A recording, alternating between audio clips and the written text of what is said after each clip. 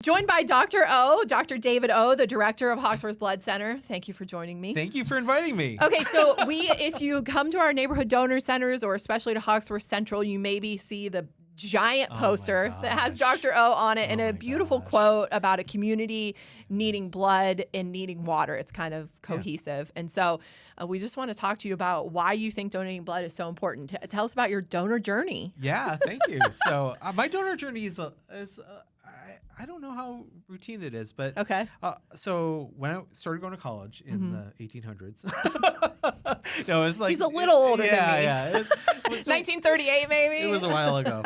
So I went to a college blood drive.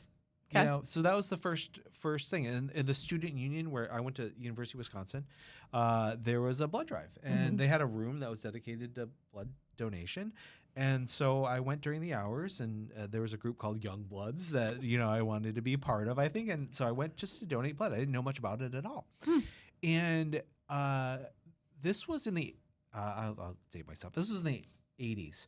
Okay. And I ended up donating there twice. Okay. And after the second donation, I got a letter in the mail, and it said, please don't donate again. Your tests for like liver enzymes are elevated, and that is like something that we have to screen for our donors. And so you've done it twice now, and so please don't come back. And I had totally wiped out of my memory that after my first donation, I got a similar letter. Wow. But I wasn't deferred at that time, so I could come back again and donate. But I had totally forgotten. And so for me, it's a reminder. When we send out notifications to our donors, sometimes they're like, oh, I never saw that.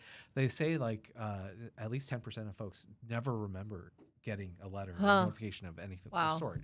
And so and you're like, I can relate. Yeah. I'm so like, oh, shoot. And so, at the time, there was no good test for HIV. There was no good test for, there was a good test for hepatitis B, but not for hepatitis C, and so they used this general test for liver enzyme elevation that was elevated for me. Oh, so that could have meant that you had so it was like a virus. So this is a discussion I have sometimes with donors who unfortunately have positive test results, and we know that they're not really positive because we do additional confirmatory tests that are negative. But we let them know, hey, unfortunately, we're required to do these tests because it's part of the safety layer of FDA, and a lot of those tests are awesome, but they're conservative. So we know. When I talk to donors on the phone, sometimes I'll say, it's like nets that are looking to catch tuna.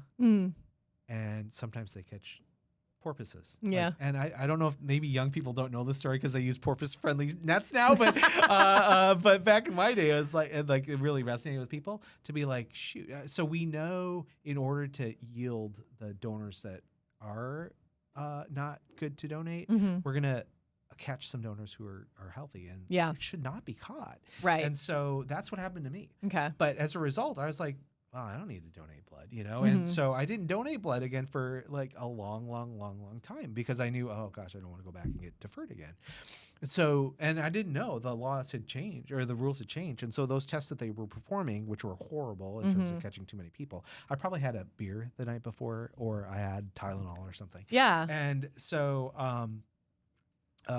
that they were no longer being used because they were catching so many people who they didn't want to catch. And the specificity and the accuracy of the tests that replaced them were much, much better. And so I actually took a job. I went through all my training. I became a transfusion medicine specialist, and I got a job in a blood center, and I still didn't donate because I had this experience. And I actually, for a while, it was like, I don't know if I can come back and donate or not, and the reentry issues and stuff.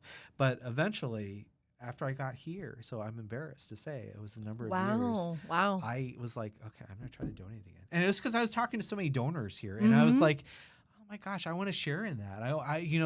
It's powerful, right? Yeah. And what I was doing, and I was just like, I want to be a donor, you know? And so I donated, and I was fine, with the testing. And so I actually started donating platelets. And after what blood type are you? I'm O positive. Okay. So I probably shouldn't donate platelets, but I wanted to donate every 2 weeks, and I wanted to be a 24-time-a-year donor. And a couple things happened. I ended up having another false positive test, and this time for syphilis. And but not the first test. No, the first couple times I was fine. And then interesting. Yeah, and then I was like, I donated, twice in a row, and they both came up positive for syphilis. And so that testing, I don't want anybody who has that false positive testing to like have complex about it. Yeah. Because it's a false positive test. It has zero relation to, any risk factors for people who truly have syphilis or, and so I knew that because the additional testing that we performed was all negative.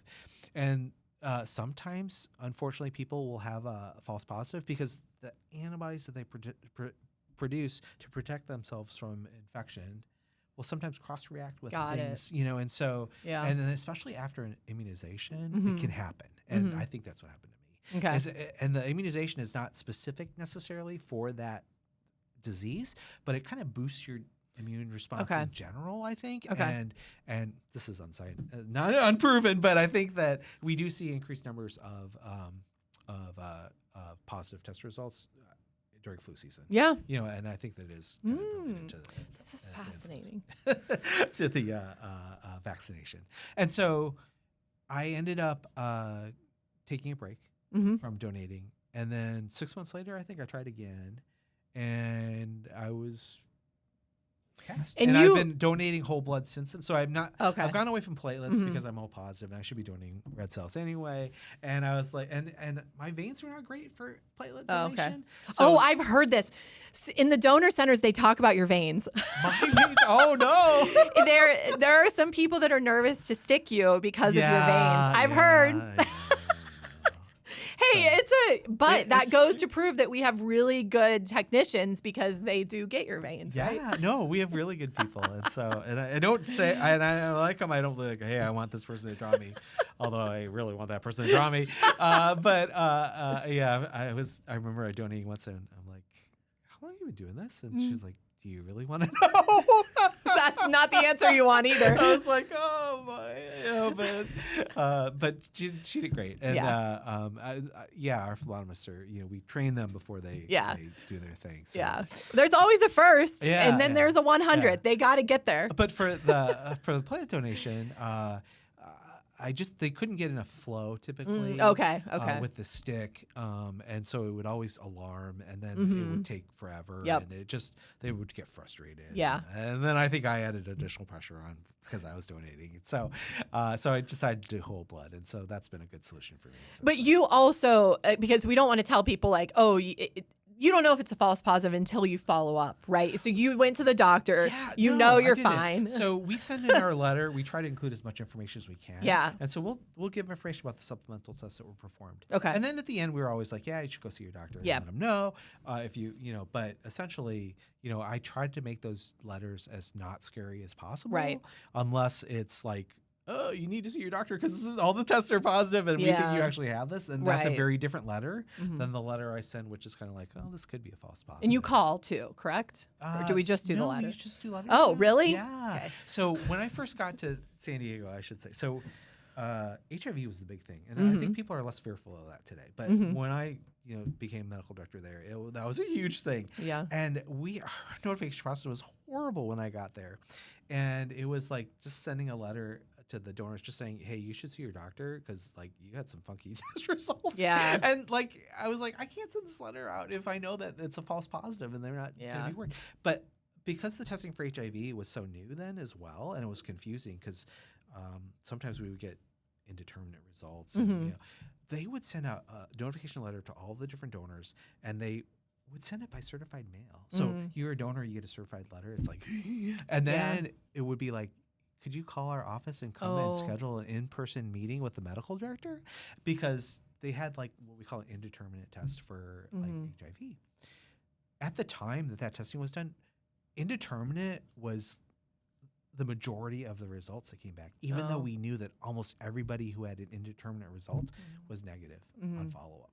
And so it was traumatic, I think, for the donors to get those letters. And then when you send things out certified mail, like you have to sign for a signature. How many people are home to sign for those things? And or if it's you have your spouse sign for them, or you have, and so it's like if you think that that's providing more more privacy or anything. That is not the way to do it. Yeah. And so now what I did was I created a letter that was much more information in it. And sometimes, I'd rather overdo it on the information side, and they can take it to their medical professional and review it with them versus talk about it. And so sometimes I think donors will get those letters and get retested, but many times it's like, you're okay. Just see your doctor, talk about your personal history, see if you really are at high risk for this, thing.